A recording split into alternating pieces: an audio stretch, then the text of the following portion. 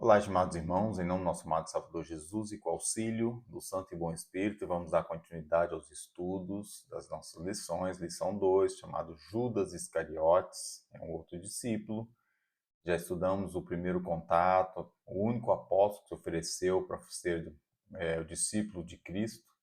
E agora vamos falar nesse segundo tópico, aceito no apostolado. Pergunta 2, pergunta A do segundo tópico. Como Jesus reagiu à proposta de Judas de fazer parte dos 12? E qual foi a reação dos demais discípulos? Então, Mateus 8:20, está ali, disse Jesus, as raposas têm covis e as aves do céu têm ninhos, mas o Filho do Homem não tem onde reclinar a cabeça. A ideia de Cristo é deixar claro para aquele novo integrante que se ofereceu para estar ali presente, dado as visões que ele teve, a sua orientação administrativa, de que parece que teria um bom investimento andar com Jesus, Jesus deixou claro para ele que nesse mundo a única oferta que Jesus teria seria o trabalho missionário, o apoio, o Espírito Santo fazendo o trabalho, ou seja, nesse mundo não teria apoio financeiro, não teria nada aqui nesse mundo para oferecer. Nem ele tinha onde dormir, não tinha uma casa, não tinha um local, não tinha, ou seja, dependia sempre dos amigos, dos irmãos, para esse tipo de descanso. Então Jesus deixou aqui claro para ele. E Judas, ele não tinha dúvida de que Jesus era o Messias e quis juntar ali para ter uma posição. A ideia dele era sempre pensar assim, esse homem vai conseguir aqui montar um reino, ele tem capacidade, ele tem poder, ele tem todo um jeito que pode vir a me garantir alguma coisa aqui e me dar uma garantia para o futuro. E aí ele colocou-se na posição ali para fazer parte dos 12 exatamente com esse propósito. Mas Jesus, ele quis desfazer essa esperança ao declarar a sua humildade, a sua pobreza. E os discípulos tinham uma visão diferenciada, como diz aqui o texto desejado das suas nações, tinha uma visão diferenciada de Judas. Ele era uma pessoa que tinha uma certa aparência, tinha uma certa proeminência ali na sociedade e via nele alguma habilidade administrativa. Então eles pensaram assim, opa, Jesus vai ficar contente com esse homem na equipe. Nós somos humildes, nós somos pessoas até mais pobres, mas pelo contrário, né? Jesus olhou para aquilo, como Jesus sabia todo o trajeto e viu no coração de Judas a realidade dos fatos, recebeu de certa forma com frieza. Mas Jesus já tinha visto que a própria direção da igreja da época estava corrompida. Ele sabia que aquela direção acabaria por crucificá-lo. E ele também não associou-se aos líderes de Israel na época e sabia que não ia surtir o efeito que deveria, ou seja, ia causar vários transtornos no seu objetivo final, que era se entregar e morrer por todos. E agora, se ele afastasse Judas, ia causar ali uma certa ia gerar no coração dos apóstolos ali um questionamento se realmente Jesus tinha sabedoria ou não para lidar com aquela situação de não aceitar. Então, Jesus ele preferiu então ceder para poder depois eles avaliarem o que aconteceu. E vem dizendo no final do texto que a ajuda de tais pessoas, como as que os discípulos desejavam atrair, teriam entregado a obra na mão dos piores inimigos. E hoje, se nós não tivermos atenção, não tivermos cuidado, temos tendenciosamente de às vezes favorecer um amigo, favorecer que a pessoa que a gente gosta, favorecer uma pessoa que tem um recurso financeiro maior, favorecer a pessoa às vezes que tem um status ou uma aparência que nos mostra segurança. Se não avaliarmos bem o lado espiritual, podemos incorrer no mesmo erro de colocar pessoas na administração da obra dentro de departamentos que realmente não vai ser a melhor solução, não vai ser a mais-valia para o objetivo do trabalho. Portanto, tem que ter muito cuidado, o discernimento espiritual tem que estar muito aflorado, para não tomarmos atitudes também erradas como aqueles discípulos, na visão deles, tiveram.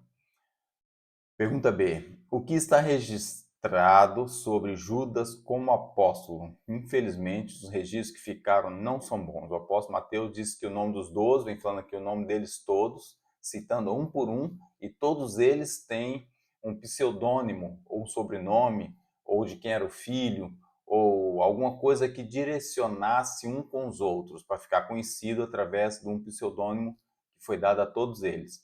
Infelizmente, Judas Iscariotes ficou como aquele que o traiu. Mais nada, realmente é a maneira que ficou registrado a quem era Judas. E o próprio Jesus disse, mas há alguns de vós que não creem, porque bem sabia Jesus desde o princípio quem eram os que não criam e quem era o que o havia de entregar. Então Jesus já tinha mais ou menos ideia, pela sua onisciência, que é parte divina que era dada a ele sabia que ele ia ter um problema com Judas. E mesmo assim ele não rejeitou.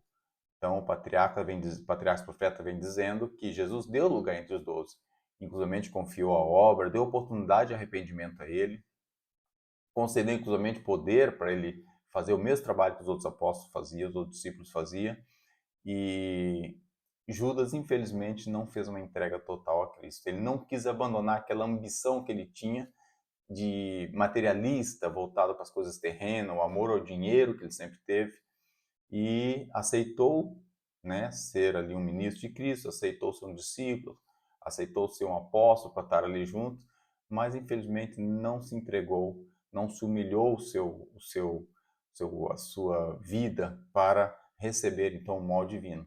E sentia que podia manter o próprio modo de ser e que não teria problemas. E infelizmente ele não aceitou e nutriu uma mentalidade crítica e acusadora. Então era realmente a situação de Judas. E a pergunta C, finalizando o tópico de hoje, como a traição havia sido profetizada? O próprio Jesus, ele falando sobre isso, ele respondeu: não vos escolhi a vós 12, foi a questão que ele colocou, né? E um de vós é um diabo. Que expressão tremenda para dar a um ser humano. Ou seja, o ser humano, quando escolhe não estar com Cristo, ele acaba sendo um secretário do diabo. E Jesus aqui diz que ele é um secretário. Jesus diz que um de vós é um diabo, ou seja, é alguém que não quer ceder e está do outro lado, não está comigo. E isso dizia ele de Judas Iscariotes, filho de Simão, porque este o havia de entregar sendo um dos 12. O apóstolo João, ainda mais à frente, relata que disse Simão Pedro, né, Senhor, eu só quero lavar os pés, eu não quero lavar a mão, não, eu não quero lavar só os pés, eu quero lavar a mão, eu quero lavar a cabeça, lavar tudo. Jesus disse, aquele que está lavado não necessita de lavar, senão apenas os pés, Pedro. Foi o que Jesus respondeu para ele e para os outros, para ouvirem todos. Pois no mais você está todo limpo. Mas, ora, vós estáis limpos, mas não todos. A limpeza ali era a limpeza espiritual, a limpeza do coração. E ele falou, mas não todos. Tinha um ali que não estava. E o próprio salmista, relatando a sua vida, ele profetizou também concernente a essa situação. Diz, até o meu próprio amigo íntimo, em quem eu tanto confiava, que comia do meu pão, levantou contra mim o seu calcanhar. Então, o salmista, ele aqui, ao expressar dos seus inimigos, ele estava também, de certa forma, profetizando o que iria acontecer com o nosso mestre. Então, vemos aqui nesse tópico que Jesus aceitou Judas, deu oportunidade de salvação para ele, mas ele não quis se humilhar e ceder aos ensinos do mestre. Agora pergunto eu, estou eu na minha vida cedendo aos meus caprichos e deixando que o lado carnal ceda lugar ao espiritual? Estou eu santificando a minha vida em todos os aspectos para não incorrer no mesmo erro que o Judas? Deixo essa mesma pergunta para cada um dos nossos irmãos. Que Deus nos dê sua graça e nos abençoe para que possamos retirar as raposinhas dos nossos corações. Porque a questão aqui não é a transgressão aberta do mandamento que nos pode levar a perder. São as pequenas raposinhas, são aquelas pequenas coisas que eu acho, o tal achômetro, que é totalmente diabólico, eu acho que não tem problema. E isso é que pode nos levar à perda da vida eterna. Então, que Deus abençoe e dê sua graça para que possamos ter o discernimento espiritual e buscar a espiritualidade constante, humilhar aos pés de Cristo, deixar que o Espírito Santo molde o nosso coração, o nosso intelecto, para que possamos realmente ser vitoriosos como os outros homens. Que Deus abençoe e dê sua graça para isso. Amém.